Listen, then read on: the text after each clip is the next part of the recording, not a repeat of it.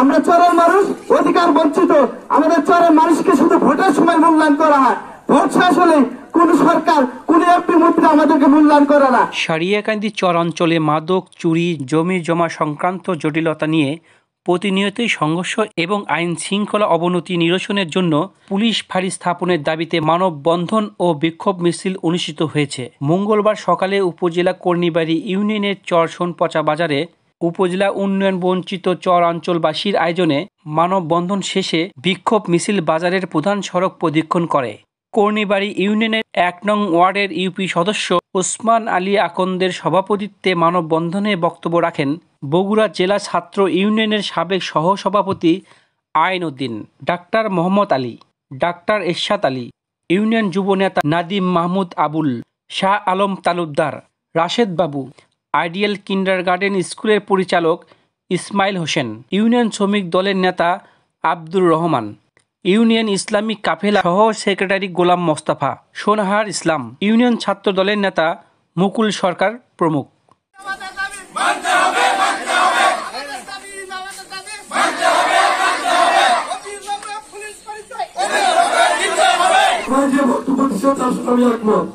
চরের মানুষ আমরা 2001-এ আমাদের পুলিশ ফাঁড়ি দেওয়া হয়েছিল।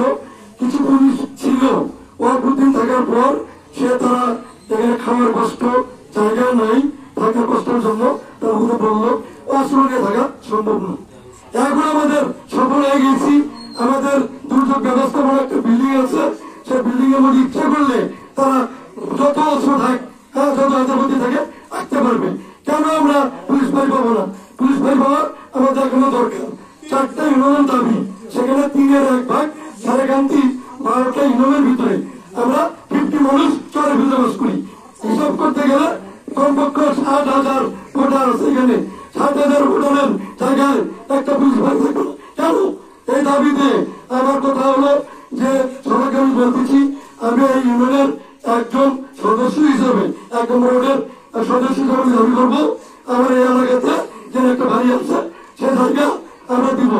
যে জায়গায় তারা দেখতে পারবে, অসময় দেখতে পারবে। আমার দাবি বাবার বলতেছি, যেটার জন্য আপনারা চেষ্টা করবেন। কালুরা কর্ণীবাড়ি বহাল এই 4টি ইউনিয়নের মধ্যে 2001 সাল থেকে বিভিন্ন সরকার ক্ষমতা এসেছে, তাদের পালাবদল হয়েছে। আমরা তাদের কাছে অভিযোগ করেছি আমাদের এই 4টি ইউনিয়নের মধ্যে অন্তত একটি পুলিশ ফাঁড়ি থানা করা হোক।